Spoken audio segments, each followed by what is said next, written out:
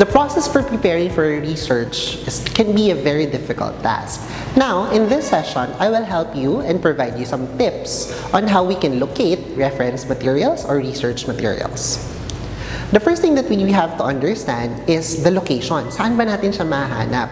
Most of the available research materials can be found in a library, whether it be a public library, academic library, school library, or even a special library.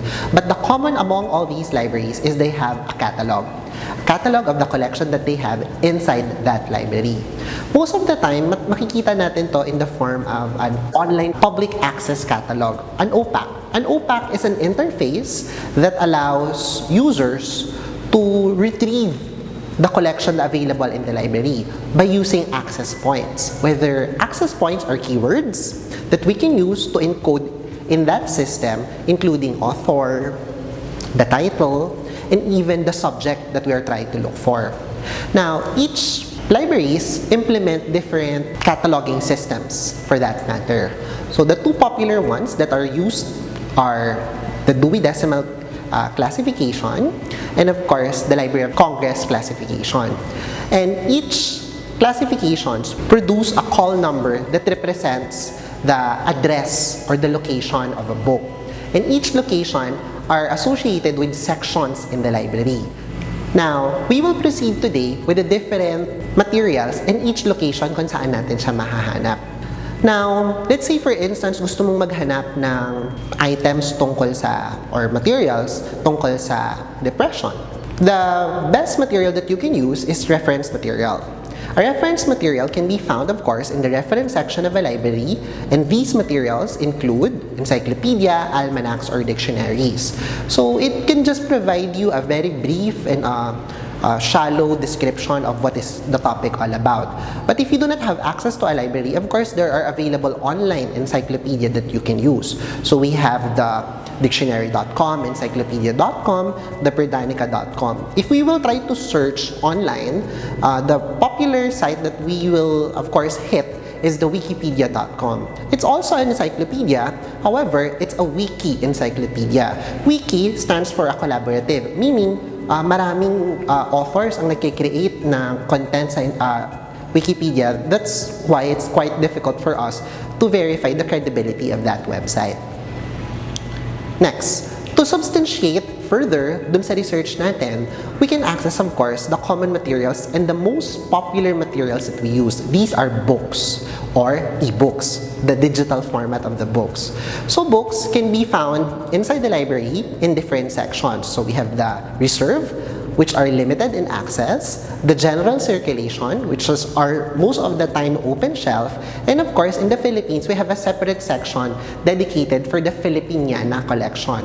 Those that are about the Philippines, authored by Filipino authors, and subject of the Philippines. Sometimes, if we do not have access to libraries, we can buy our own books, and of course, even rent books. Halimbawa, kanina yung example natin on depression. Pwede tayong gumamit dito ng textbooks on psychology.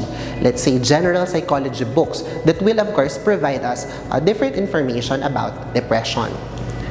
Now, to support our research with, of course, more credible and more reputable information, we can now refer to another type of material that we can use. And these are called academic journals. Academic journals are articles that are published and written by scholars and researchers in a specific discipline. So inside the library, we can access this in the periodical section or sometimes in e-resources or even remote access websites. In library, sometimes the most popular subscription databases that provide academic journals, example of which is EBSCO. So kung halimbawa kanina meron tayong concern about depression, I would like to understand a research article related with depression. Pwede natin gamitin ang isa sa pinaka-popular na journal about psychology is the Journal of Psychology. In the Philippines, there are also local journals that are published by writers and scholars. To balance the reference materials that we will use, we can use magazines. Magazines are not really that credible and reputable in terms of research, but of course, these are good sources of information when it comes to feature articles. Pwede natin itong gamitin as a support to our research and factual searches of information. Another material that we can use that provide more accurate and more recent content materials are newspapers. Newspapers, same with magazines and journals, they are available in the periodical section of a library. Nowadays, dahil hindi na tayo masyadong nakaka-access or bumibili ng mga newspapers, there are websites that publish news articles and even media companies that publish their own websites as an alternative in newspapers.